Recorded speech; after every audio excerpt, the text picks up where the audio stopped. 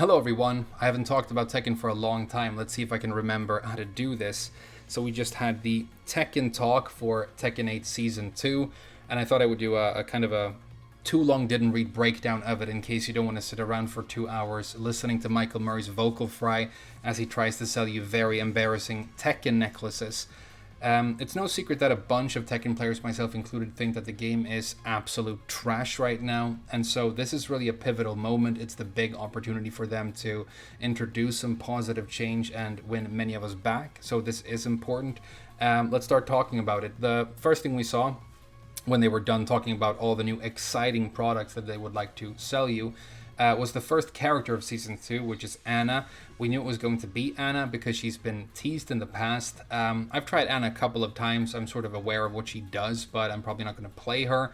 If you haven't played with or against Anna in the past, her thing is essentially that she's one of the most hyper-aggressive characters ever in the franchise, and she's also very focused around specifically 50-50 mix-ups, low and mid mix-ups. She does this thing where she goes into full crouch, and she has an unseeable low launcher from there. She can mix it with mids. One move is her while standing 2, which is a mid launcher. So essentially, she goes into crouch, you guess, and if you guess wrong, you get launched for a bunch of damage. We also know that in the new season, you're going to be able to cancel heat options directly into full crouch. They show that later. So Anna is going to be able to, off of heat, go straight into this full crouch 50-50 mix-up. So look forward to playing against that, I guess. But there you go. There's going to be 4 characters total in the season. Many were hoping for more, but it's only 4.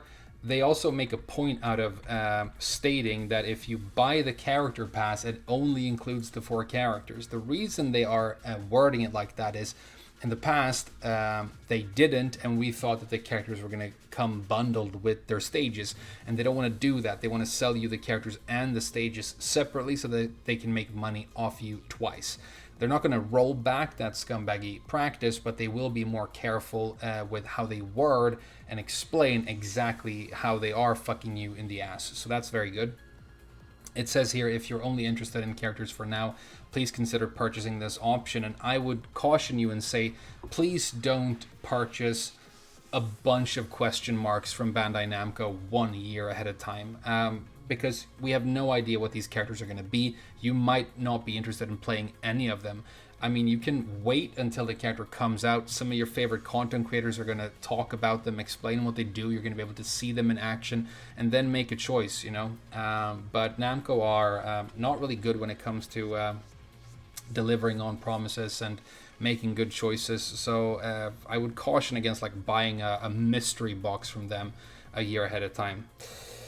Let's jump ahead. I have some time codes here and talk about some gameplay changes. This gets really interesting. So first of all, reduced chip damage during heat state was a big uproar yesterday because a Bear player beat Joka in a tournament, and it sparked this discussion of about chip damage in Tekken, and it's very, very overpowered and not very good. It's kind of cancerous or very cancerous. Main reason being, Tekken is traditionally a game focused around defense. The thing you're doing if you're not doing anything else is blocking. But in Tekken 8, blocking is trash because you just get chip damage down, you just get mixed up, and defense is just super, super weak. And if you stand there and your opponent's just pushing with heat, you end up losing more than half your life bar just to chip damage. So reduced chip damage is a very good change. I would say consider removing it altogether. Maybe that's a little bit too dramatic for Namco. It's also going to be an indirect nerf to characters who use chip damage as a core part of their strategy, a part of their design intent. So maybe Huarong or Elisa when she's in Chainsaws. I think one of the main things she's supposed to do, she's designed to do, is make you block the Chainsaws and capitalize on chip damage. But absolutely fine if it means that the game goes back to being more defensively oriented, and it's a buff to blocking.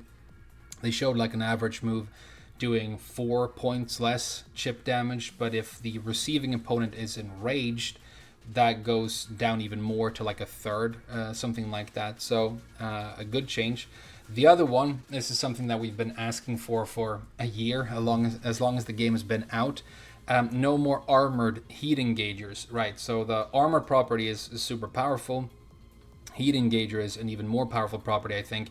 it's essentially more powerful than hitting with a launcher to be able to hit with a heat engager. So having both of those properties on the same move is overpowered, and they're now going to separate them. So the example they show is Azucena's Superman Punch. It's no longer a heat engager, but for the characters that receive this nerf, they're going to compensate them by adding another heat engager elsewhere in their move list. So hopefully you end up with a new cool heat engager that is better balanced that you can use instead.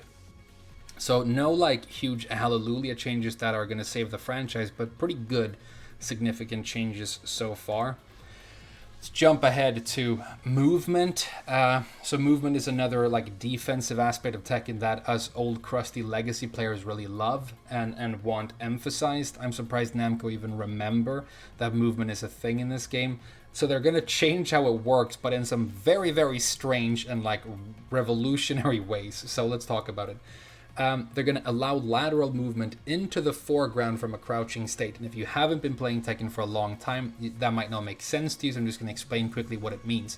When you hold down in this game, your character crouches, and you then crouch for as long as you're holding the down button. So you can't press the down button when you're already holding it, which means that when you're crouching in Tekken, you can't actually sidestep or sidewalk into the foreground, but you can let go of down and press up, and you're going to be able to step into the background, right? So they're going to change the control scheme somehow to make it possible to step in either direction off a full crouch now. So it's a big departure from Tekken tradition, but it might be a pretty positive change because, I mean, they show that the first example that came to mind for everybody who watched this is like, oh, can I step, into the foreground off of Dragunov's down 2? And that's exactly the example that they show. And it shows Jin now able to escape the while standing 4 into the foreground. Whether or not it's going to be, strong against all of Dragunov's different options in that situation, who knows? And when you do a low that ends you up in full crouch, you're now going to have the same option, right? So we like having a lot of defensive options in this game, especially movement-based ones. So this is going to open up some new ways of dealing with certain situations, and I think it could be pretty positive overall. It's just very strange when you've been playing Tekken for a long time, and this is just something that you could not do. The next thing is they're going to enable sidestepping with pre-input functionality. And then the third change is kind of the same change. They're now allowing you to button buffer movement. So what this means is essentially when you're playing Tekken, right, if you are doing a string, you're doing a 1-1-2, you can press the 2 early and it will just become the final hit of the string that you're doing. You don't have to perfectly time your next input on the first frame that the move before it is over. We don't really do one frame links in that sense. We're not talking about, Smash Brothers Melee here. If we were, my hair would be green and I'd probably be fingering a 12-year-old, off camera, giving him vodka. But we're talking about Tekken, so now we're going to be able to buffer movement. The example that they show, just to explain like how this works, is Law does a 3-hit string. In the gap between the second and third hit, you're able to walk out of that string. But a lot of situations in especially Tekken 8, I think, even though you have the movement option, if you don't time it perfectly, you're just going to get hit and eat a bunch of damage. And so it's risky. And instead of risking it, you might just decide to stand there and block. But then it's Tekken 8 and you don't want to stand there and block because blocking is trash. You're eating chip damage. You're getting mixed up, right? So the fact that you can now decide that, oh, in this gap, I want to use this movement option, I want to sidestep, you can input it early and it will come out on the first possible frame, meaning that your movement is just going to be a lot stronger or less inconsistent for you, which is, again, a pretty good and significant change. They're also going to allow you to start button buffering stuff before the round starts. It's interesting. For example, if you think that the opponent is like going to start the first round aggressively and attack, and you're playing against that character where you know exactly what they're going to do because that character is a hive mind, you can know that, oh, I have a move that is one frame faster than that and is a counter hit launcher, so I can just use it and blow them up first thing in the round. If you do that currently and you don't time it perfectly, you tend to get blown up instead. But now you can buffer that option, making sure that it comes out as fast as possible. So yeah, it's kind of interesting. This is an unexpected way to buff movement, but I think it's actually a really positive change. So I'm excited about this. I'm excited about no armored heat engagers either, but the core problems still aren't being addressed. And I think once we get balance changes, which this panel doesn't include, that's when we will know if we're truly heading in the right direction. Next, we're going to talk about the rank system a little bit. So Tekken Power is no longer used for matchmaking. We've been telling them for a long time that that was a piss poor idea. So it's good that they're changing that. It's now going to consider your highest rank among all characters first. Very good change. If you have a really high ranked character for your main and now you're playing like a different character, you're probably still good enough at the game that you can blow up people in the lower ranks. And so it's considering how far you've gotten on your best character as the biggest qualifier for who you should match up against. And I think that makes a lot of sense. Another really cool thing that they're doing to the ranking system, if we jump ahead again, is that they are going to implement a rank reset. I've been the biggest advocate for rank resets since the Tekken 7 days. I think they are very, very healthy because as you implement balance changes, sometimes you are nerfing characters that have been extremely overpowered for a very long time. And what happened, for example, in Tekken 7 with the Leroy launch and the Fakum Lam launch is that anybody could jump on those characters and get sky-high ranks, like max rank, and then just park those characters there forever and feel good about themselves, even though the characters were then nerfed so hard that they were basically cut down to a third of where they previously were. Now when there's a rank reset, it incentivizes people to get back in the new ecosystem that the new balance changes are going to introduce, and see what's going to be happening with this environment. You know, what are you going to main this season? That sort of a thing. So I hope it's something that they're not doing right now, but will be doing intermittently as they roll out balance changes in the future. If you are God of Destruction currently, it's what this graph means, you're going to end up at Tekken King. If you're God to Supreme, you end up at Kishin, and so on. So it's not a complete reset back to beginner, but they are just putting everybody back down to a lower level, and hopefully the balance will be so much better that you can't pick for as big of an advantage when you're ranking up. But, you know, that's a very big if. This is Tekken we're talking about. I have a strong feeling that the characters that have been the strongest in the game for the last fucking 15 years are still going to be the strongest after the patch comes out. But who knows? So that's cool. We also have some new ranks introduced, right? I mean, there are changes to how points are going to be distributed as well, and that's pretty big. So now in the new season, if you beat somebody who's higher ranked than you, that gives you more points.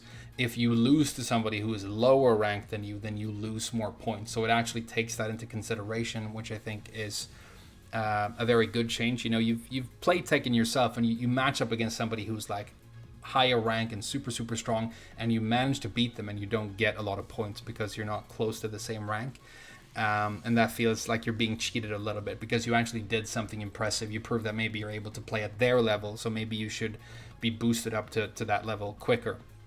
They seem to be worried about smurfing and people, you know, getting stomped by more advanced players online, so they're going to do like a couple of things, like the streak bonuses that you get are going to be extended, so that if you're a legacy player, you get rank reset, you can then like rank up really quick and separate yourself from the ranks where the lower ranked players are going to stay, you know. And then a bunch of new max ranks here. So this is going to be like the God hell that all the advanced players are going to be jumping around inside. But I do think, I haven't played the game in a while now, but just looking at, you know, I finally reached Tekken King or God of Destruction on Tekken Reddit. It looks like the general level of people hitting max rank now is incredibly low compared to previous entries in the franchise, and that the ranks are extremely inflated now.